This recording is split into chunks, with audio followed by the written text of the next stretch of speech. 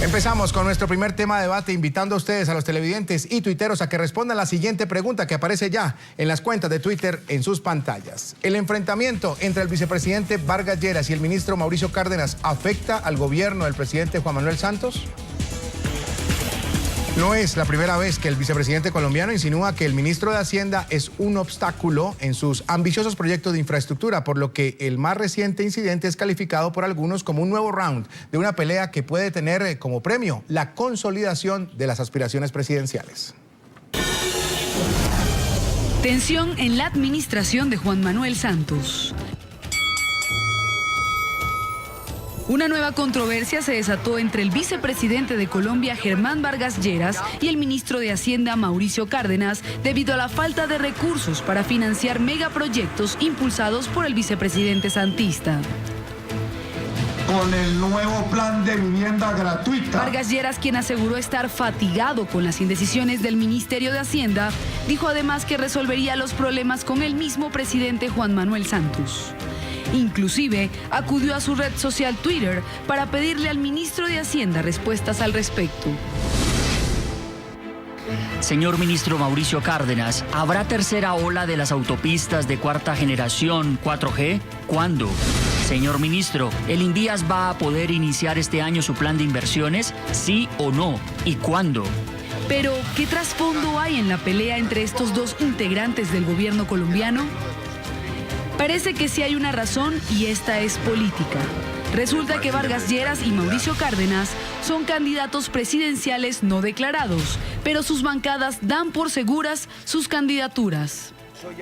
Fuentes allegadas al vicepresidente creen que es posible que el ministro de Hacienda no está muy interesado en resolver los problemas financieros de infraestructura, porque permitiría que Vargas Lleras ejecutara proyectos que lo hagan tomar la delantera en la contienda presidencial.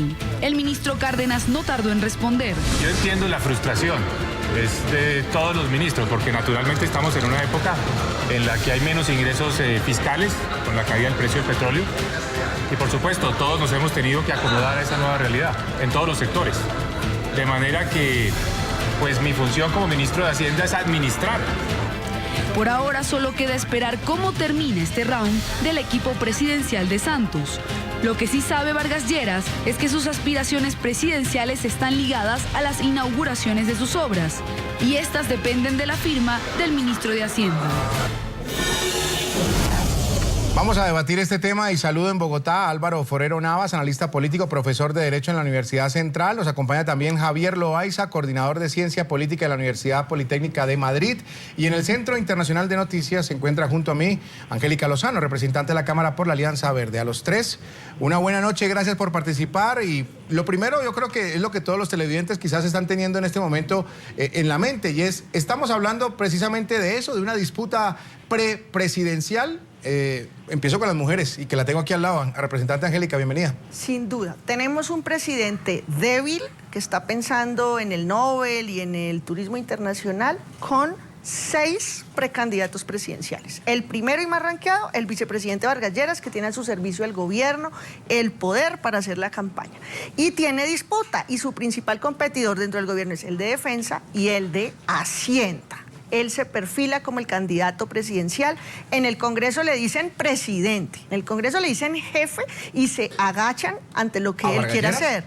A los conservadores, al ministro Cárdenas. Al ministro Cárdenas le dicen presidente. Los conservadores, y hacen lo que diga, y por ejemplo, se están tomando decisiones en contra del país. Pierde Colombia si se vende Isagen, pero como quieren regalarle la empresa, quién sabe a qué extranjero, porque habría fórmulas para que la empresa se quedara pública en Colombia. Hay un afán desmedido por feriar la empresa, perder unos recursos, nadie vende una buena empresa, para que estos señores hagan la política, ver la campaña, quién entrega la obra, quién inaugura la cinta, quién aparece como el salvador, el gran gestor, cuando es un mal negocio para Colombia vender Isagen, y la excusa es sacar adelante las carreteras que sí necesitamos, pero que no se está estructurando correctamente esa financiación. Muy bien, Javier Loaiza, bienvenido, una buena noche. Para usted el tema también es así como nos queda en esta primera apreciación de la representante Angélica Lozano. Un saludo para toda la audiencia y para Angélica y para Álvaro. Pues yo lo primero que quiero significar es que esto es una demostración más de que en este país lo que hay es un auténtico y total desgobierno. El propio presidente de la República todas las semanas dice una cosa y a la semana siguiente se desdice. El ministro de Defensa, por ejemplo, dice que las FARC no cumplen con la tregua unilateral y al día siguiente o a los 2 días el presidente de la República sale y dice que sí. Todos los días se ven, la semana pasada se vio el choque de trenes, el fiscal que es el escudero y que le ha hecho el trabajo sucio al candidato, en su momento al candidato presidente, de hacer terrorismo judicial en contra del opositor Oscar Iván Zuluaga. Ahora entonces también aparece, es un juego absolutamente perverso de mantener al país absolutamente distraído en peleas que al final no conducen a nada. Luego sale el presidente y salomónicamente, como dice la gente, dice no, ahora vamos a hacer esto, vamos a hacer aquello. De modo que esto me parece que es más de ese tinglado y esa farsa en que anda montado este gobierno, que es un auténtico desgobierno. Y claro, por supuesto, los títeres y los menores juegan a su antojo. Claro que sí, el vicepresidente, que no parece un vicepresidente, sino un copresidente, dispone y quiere dar órdenes a su antojo y quiere, lo que yo estaba revisando la información, es que los reclamos que está haciendo, que acaba de hacer esta semana, son sobre solicitudes de APPs, de alianzas público-privadas, que no tienen más de un mes de hechas y que el ministerio, por supuesto, no puede salir a marchas forzadas, ningún ministerio. Y de otro lado, pues también el ministro de Hacienda, que fue el gerente de la mermelada. Para que sepa la comunidad internacional que ve este programa, la mermelada son los más de 3 billones de pesos, más de $1,5 billones de dólares que repartió el gobierno colombiano para que se diera lo que yo llamo el milagro Santos. Es decir, que entre la primera vuelta que se dio hace un año, donde apenas sacó el 25%, y 3 semanas después, en la segunda vuelta, hubiera pasado al 51% de los votos, con lo cual ganó la reelección. Muy bien, Javier. La primera apreciación de Álvaro Forero Navas, con las buenas noches, bienvenido. Buenas noches, Jesús, buenas noches, Angélica y Javier. Bueno, evidentemente se trata de una disputa política planteada por el vicepresidente, quien tiene claramente aspiraciones presidenciales, sin duda ninguna. Pero yo no estoy de acuerdo con los comentarios de Angélica ni el compañero, de Javier, porque utilizan, a mi modo de ver, el pretexto de un incidente político para atacar al gobierno. En 2 de sus políticas fundamentales. Una, la política de la paz. Digamos, un ataque soterrado a la paz cuando inevitablemente, por realismo político, el conductor de este proceso político pues no puede ser otro que el presidente Santos. Y adicionalmente, digamos, un cuestionamiento demasiado rotundo por parte de la representante Angélica Lozano, en el sentido de que no se pueda eventualmente buscar una financiación de las autopistas de 4ª generación a través de la venta de Isagen. Yo recuerdo que cuando el alcalde de Bogotá era Enrique Peñalosa, del mismo partido de Angélica Lozano, se vendió y se tramitó la venta de la empresa de energía de Bogotá, y el argumento del doctor Peñalosa, lo recuerdo vivamente, era precisamente cambiar un activo porque era productivo, que era muy bueno para la ciudad, pero cambiarlo por la construcción de infraestructura urgente para la ciudad, como fue el proceso para Transmilenio y para el desarrollo vial de la ciudad. Entonces yo creo que no se puede volver un problema de principios el tema de la venta de Isagen. Cambiar un activo eventualmente es perfectamente posible. Cambiar un activo productivo como es Isagen, cambiarlo por un activo importantísimo para Colombia, que son las vías de 4ª generación. Claro, permítame, creo que Angélica quiere responderle, obviamente también creo que Javier, pero yo quiero dejar un punto también sobre la mesa para poder dar más elementos al debate.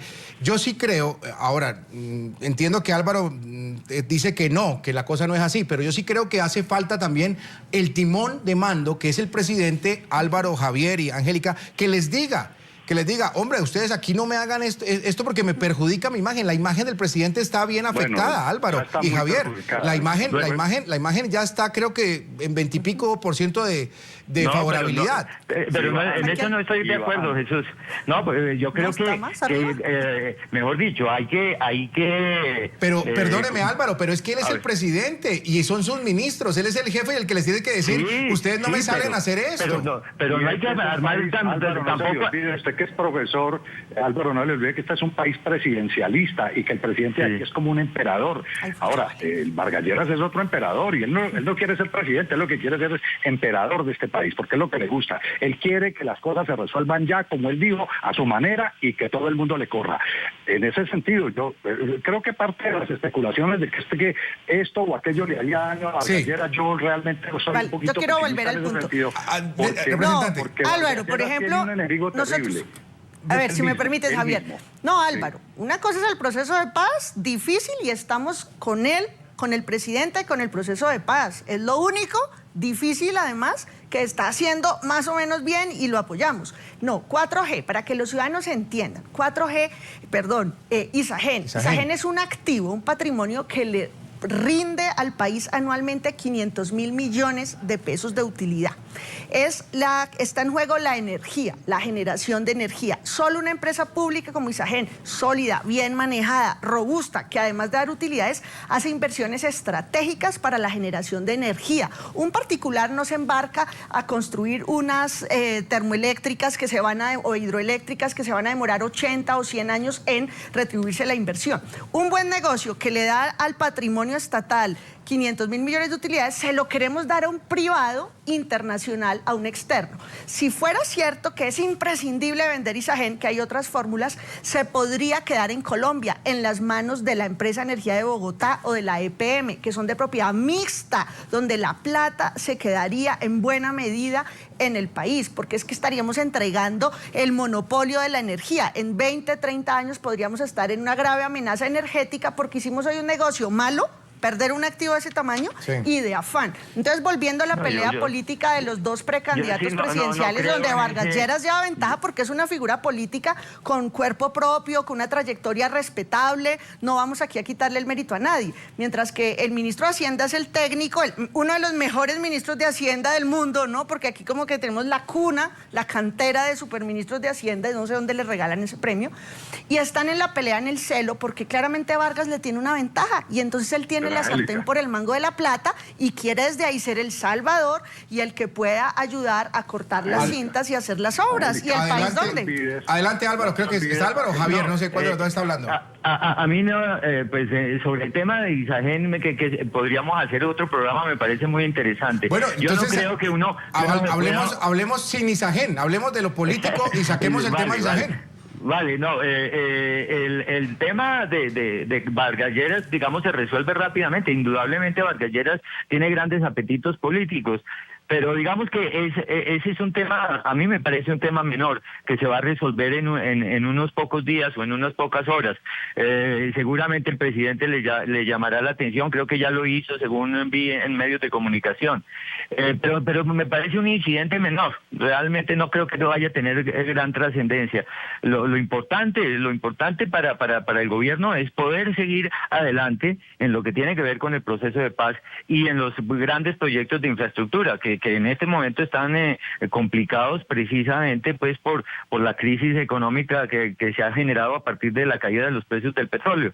Entonces, pero el incidente de Vargas Lleras pasará rápidamente. Pero hay otros antecedentes. Muy brevemente, tengo que dar la palabra a Javier para poder hacer el corte comercial. Javier. El cuento de la crisis económica también de alguna manera resulta ser un pretexto, porque al país no le han contado que Colombia se ganó alrededor de 30 billones de pesos por cuenta de la devaluación que hubo. Y de eso no nos han contado y tampoco nos han dicho cómo van a capitalizar y monetizar esa plata y qué van a hacer con ella. De modo que ahí hay temas, hay otros temas. Cuando hablamos del ministro y cuando Angélica dice que es que el ministro también es el superministro, no nos olvidemos, fue el gerente de la mermelada, fue el que le repartió el dinero a los congresistas que se querían pero el cuento de la mermelada, Javier, ese cuento de la mermelada es muy viejo. No hay ningún cuento. Pero ¿cuál gobierno no reparte mermelada? ¿O es que el gobierno de Álvaro Uribe, Álvaro Uribe Vélez no fue experto? Entonces, ¿quién es más corrupto? Entonces, que porque siempre ha habido corrupción no se puede cuestionar la corrupción, por favor. Me parece muy poco serio pretender que porque otros lo hicieron, entonces hay que validarle que también lo que no es serio es una falta de ética. Tampoco es serio, Javier. Tampoco Álvaro y Javier. Permítame porque tengo que hacer un corte comercial. Es que tengo un corte comercial pendiente. Vamos a seguir debatiendo en unos minutos. Ya regreso.